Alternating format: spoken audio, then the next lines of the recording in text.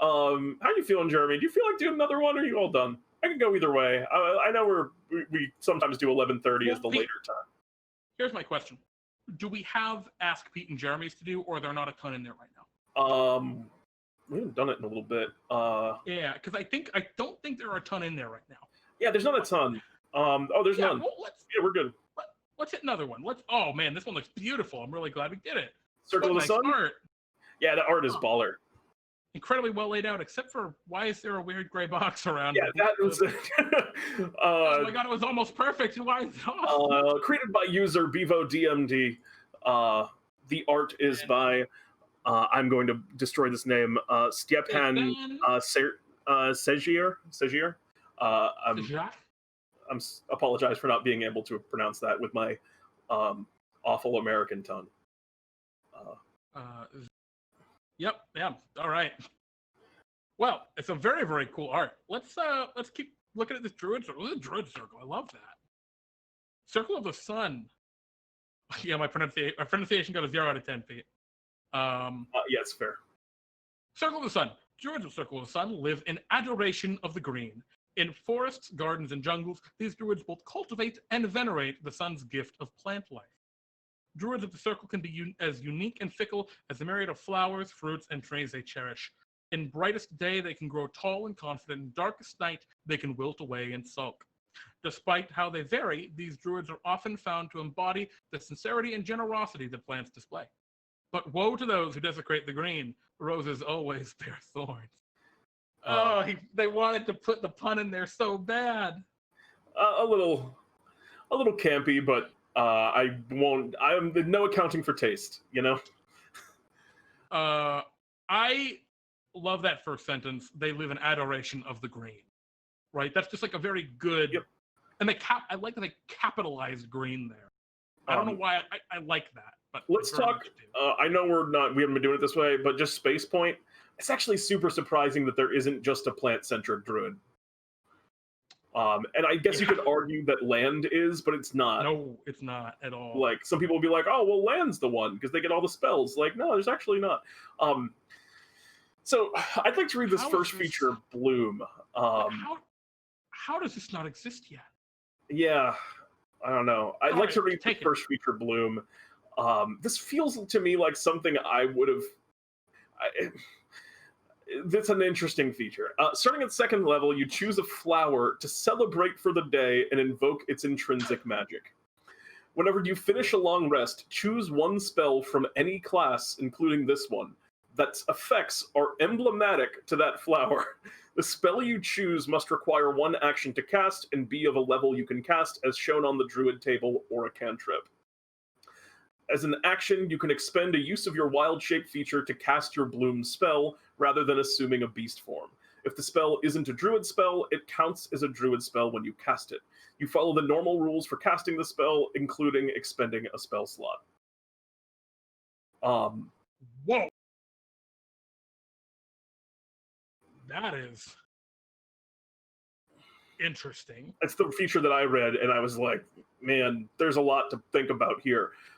It falls off. There's a point when you get it where I think it's awesome, and then there's a point where it becomes untenable.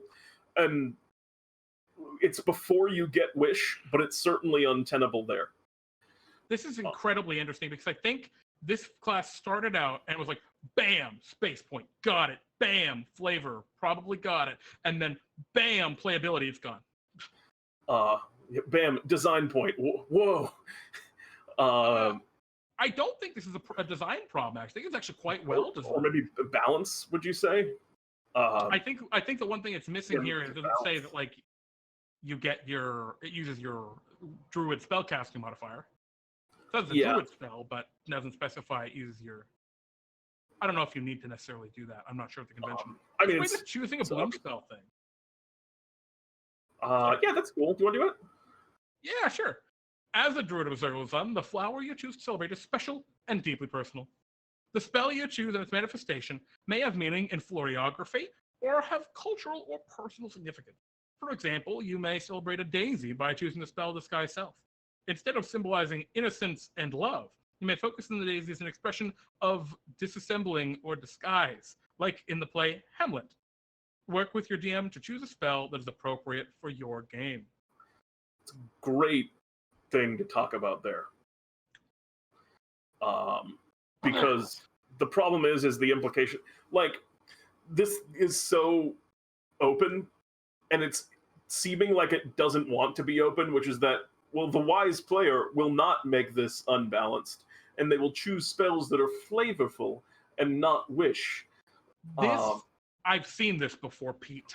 This feels to me 100% like it has to be of a level you can cast. So is that limit on there? It's not like absolute horseshit. Oh yeah, I know, but it's just like you get 2 more of your highest level spell slot instead of your wild shape. This feels to me, right, like a power player who is super into their thing, and they're like, but actually it works within my flavor because it represents the flower that I want to use, and that's because I'm a circle of the flowers, so I can cast whatever spell I want every day. Like, that's what this sounds like to me. In like, it feels like a really bullshitty kind of way of shoehorning this. I want to be able to use whatever spell I want. And I think the person who made this, I think the person who made this made it in good spirits. Like, you think? Because I feel like you don't. I mean, they put a lot of effort into it. Yeah, I don't feel like you write choosing a bloom spell and that stuff about like, oh, like maybe you can take this inspiration from this or this, like without really just thinking that this is a fun and cool way to. Like, anyway, let's keep doing it. Let's keep going through. Yeah, I also actually really dislike that last sentence. Work with your DM to choose a spell that's appropriate for a game. Usually, I'm down with that, but like, one of the core crux features of your class should never hinge on GM discretion. That is just bad design, in my opinion. I think that is poor design. You are correct. I think it shows what they wanted the feature to be, but not what it is. Yeah. And a Frosty Part has the exact same comment in the chat. Player abilities should not hinge on DM discretion in this way. No, I totally just repeat that over and over. Pete, you want to take Thorn Whip Flourish? I would love to. At 2nd level, you learn the Thorn Whip cantrip if you don't already know it, and it can perform the following tasks instead of its normal effects. You can target and pull a willing creature using the whip without damaging it. Cool. You can use the whip to manipulate an object, open an unlocked door or container, store or receive an item from an open container, or pour the contents out of a vial. It can't activate magic items or carry more than 10 pounds. If the bloom spell you choose deals damage, you can substitute your Thorn Whip's piercing damage with that spell's damage type.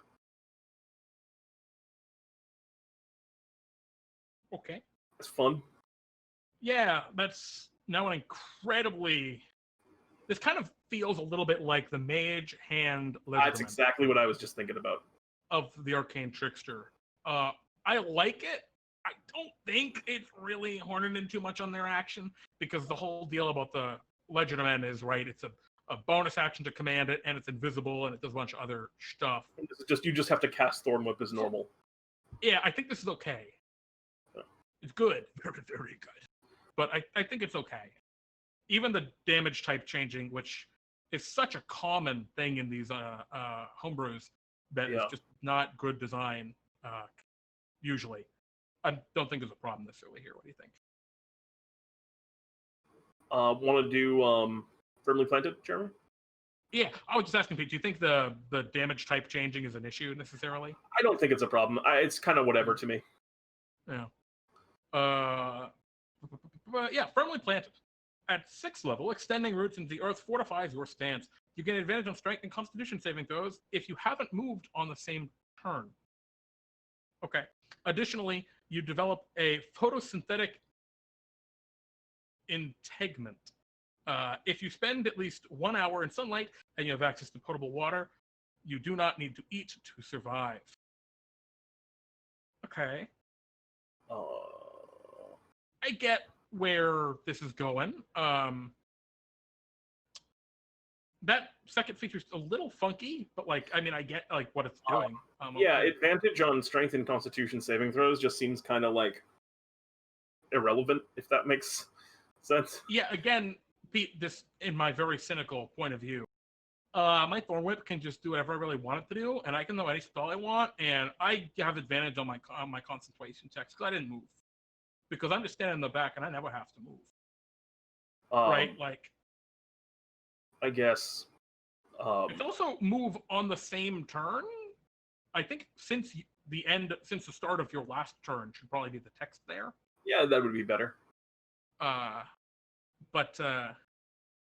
Yeah, like right now, I'm just seeing this and it looks like, hey, this is everything I want on my spellcaster. I can play any spell I want, and I have a super awesome cure-all cantrip that can do whatever I want it to do, and I have advantage on all my saving throw. Like, yeah, I don't know. It just seems like, I mean, Constitution saves are obviously good for concentration, and strength, but like the ones that you want to succeed are like usually the wisdom, like the dex and the wisdom are the two that I think of as like the king. Constitution coming in a close third.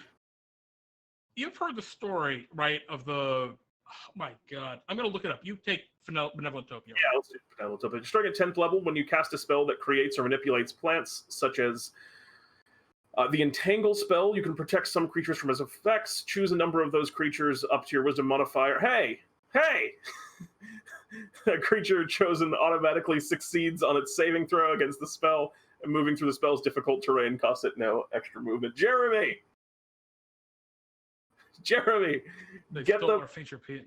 Jeremy, get the, I don't know, get the rule book, get the police, get the government. I think it's an incredibly good feature. It's just incredibly well designed. It's perfect in pretty much every way. Amazing design. There's a couple of phrases in there. There's a couple of phrasing. I can imagine, I can't think of it right now, but I'm sure there's ways that you could make the phrasing slightly better. And you might be able to find reference for that somewhere. Want to do Witherless, Jeremy? For those, by the way, who didn't understand, we have like the exact same feature here that we have on a homebrew druid we created. That honestly is a little too powerful, frankly. I'll just be out there with it. I think this is a little OP. And I think it's a little OP on our druid too. Frosty but it's also Pirate like the only feature our druid gets. So is this feature trash? Yes, you're right. It is absolute garbage. And then the last one is Witherless. At 14th level, your blooms help you defy even the most dire situations. When you expend a use of your bloom with fewer than half your hit points remaining, you can regain a number of hit points equal to your druid level. Additionally, you suffer none of the drawbacks of old age, and you can't be aged magically. That's weird. I think that's actually a druid feature already. Yeah, V-Bunny, trust me, I've run a lot of games in D&D time for the Trash Druid. It's broken. And that's even in D&D time where we don't worry about it too much. It's very, very, very, very powerful, being able to have your friends ignore your difficult terrain. It's insanely powerful.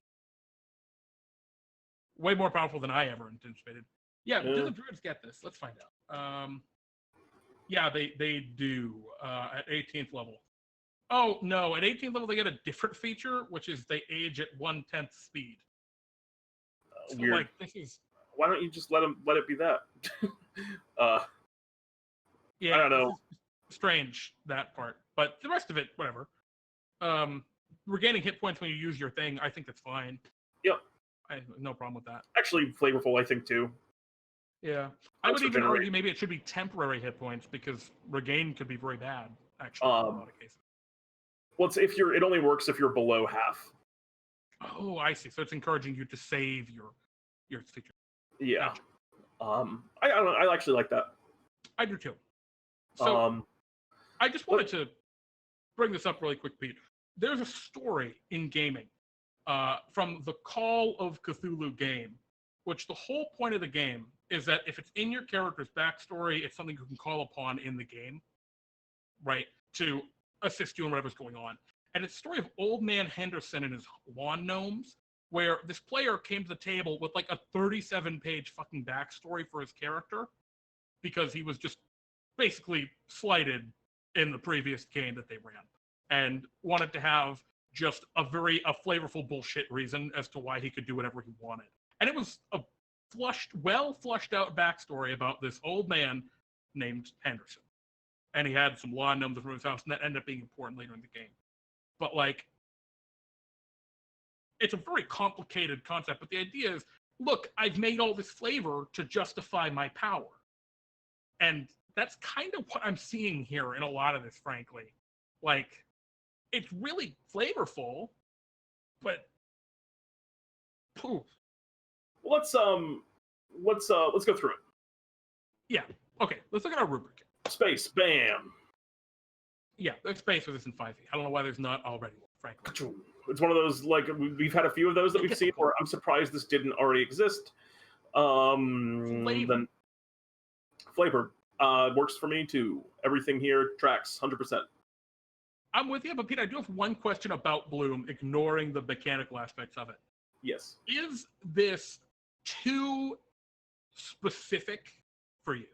Or, like, this is such a niche, very specific interpretation of flavor that, like, for me, I think it's almost too, like, ultra hyper focused. Celebrate a specific flower. For me, no. But okay. I can understand the argument for sure. I liked it and I was into it. I can see where somebody wouldn't be, and it is very. But it's a little weird. That's what I was saying. Like, when I was reading it, it felt like the kind of thing that I would do also, which is be like, you have this weird, esoteric, like, floating choice that you could, I don't know, is the kind of design that I feel like I would have made, but probably not exactly like this. So we'll give the flavor point. I'm with you on that too. I think this is very flavorful. Design. I think just because of the ambiguity that they've, like, okay, are we going to count what their, like, helper text says there in the design? Because that's like a note. Okay. No. In that case, the design is very clear. The Dungeon Master has no discretion in Blue. Yeah. Oh, yeah, no. Okay. Design's good. Agreed. Well written, great. I mean, perfect design. Yep. So it's got space, design, flavor, balance. I think this thing is horse shit. It is extremely overpowered. Yeah, like, not just a little. This is absolutely busted. And we used to have, and Pete, I actually had removed it from our rubric because we've never done it, which is, if something is truly exceptional, that we might overlook a fallback. This is exceptional. You think that this is exceptional the opposite way? Well, I think this is, like, the design and the flavor is very, like, it's excellent. And yeah.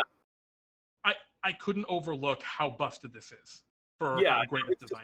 Like, honestly, Jeremy, if they had just put into the first feature, like, that the maximum level spell you can ever store with this is, like, a 4th or 5th level spell, like, even there, like, 2nd level would have been cool, or, like, the max level is equal to half your max spell level rounded up, so, like, you can get seconds when you hit 3rd, like, something like that. If it was just gated in some way, it would be fine, and just a couple of extra cool spell slots to do something fun.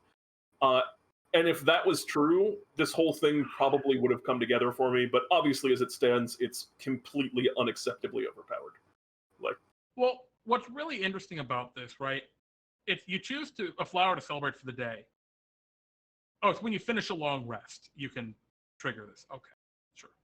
It's also just like, you can have any spell you need in any circumstance if you've got the time to rest. That's just whack to me.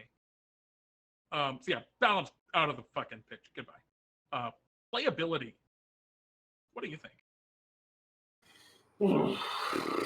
Obviously, the thing that we're talking about in playability is Bloom, yeah?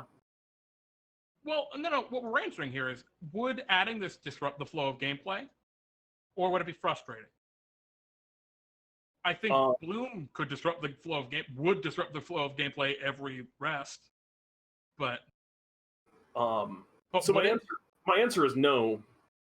But Bloom is an asterisk on that, where it's like, this feature requires so much game knowledge that it's like, because the problem with this feature is that, like, I look at this and be like, I want to get excited about a bunch of different flowers, but I think the obvious way to look at it is, even, you don't have to be a power gamer to go, I want to pick the best spell I can every day. You see, I actually want to dock at the playability point, not for Bloom. Interesting. I want to dock at the playability point for Benevolent Topiary, that feature that's just like the one we created for the Trash Druid. Because this becomes, I cast Plant Growth. Every combat against melee creatures, the game's over. There's no combat anymore. You shoot them down, well, they can never get to you. It's not an encounter anymore. Yeah, that's fair. And that's a balance issue. That's also an extreme frustration for the dungeon master. And a frustration to the other players. Dude, imagine if every fucking encounter you went against from now on ever in Dungeons & Dragons was against a flying creature. I'd want to gouge my eyes out. Especially if I were a paladin or a fighter or something. Just use flying creatures, which is the very common exception that a lot of people give with these kind of things. That's not an answer. That's not a solution to a busted thing like this. Dude, you're right. Misty Step exists is not a valid rationale here, my dude. It's you're not going to give a bear a Misty Step. No. Yes, there are ways around it, but cutting out a feature that requires you to design around monsters is just not. I'm fine. Okay. I'm fine with giving this guy a 3.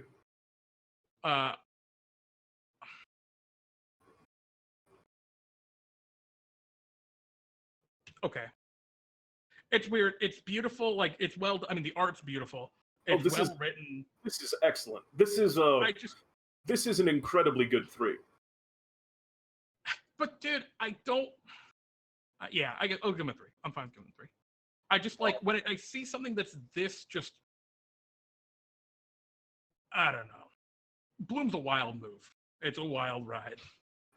There's no way that the person that made this didn't know that, because you can see in the design how much they understand the game and how honestly refined this person's craft is. They made a great thing. It's just woefully overpowered, and that's the thing, right? They clearly have a complete understanding of the game. They know this is busted, and that willing misuse, right, in the creation of this wants me to not give it a 3. I want to give it a 2, just because. But that's not relevant. I know that's not how it works, but it's. God, I don't even necessarily think that's true. I think it's really easy to get caught up and to make something that's too good. Maybe you're right. I hope you're right. Anyway, they made a very bad thing very cleverly, is what Frosty's saying. That's exactly how I feel. It's the deception in it. I don't know. Maybe I'm interpreting that correctly. Yeah, I mean, I don't think you can say that there's deception in it just because the design's otherwise good. It's just they did a good job, but they made something that was too powerful. Sure. I'll let it go. That's it. We're done. Everybody, thanks for hanging out. And that actually was created by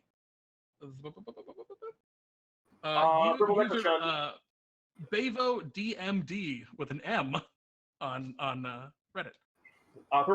Yeah, absolutely. For sure. You can submit content by going to our Discord and checking out the checking out either the workshop or the completed works tab if you have something that you think is really polished and in a place that's of a quality that honestly of a quality at least appearance wise and something something like this would definitely be a completed work. Oh yeah, no, I mean if you have stuff even half as good as that what we just looked at, a 3 is really good. Getting a 3 out of 5, that's a really good score. That's an incredible score. Yeah, what you make doesn't have to look this beautiful. This person's got a lot of production value in it. That is certainly true. That's gonna do it for us tonight. Thank you all for hanging out and for watching and talking about balance and design and stuff with us. I always enjoy it. I really enjoy the Reddit ones in particular because you get to see a really wide range of people's thinkings and how they think about homebrew and design. And there was definitely some cool stuff that inspired me personally tonight.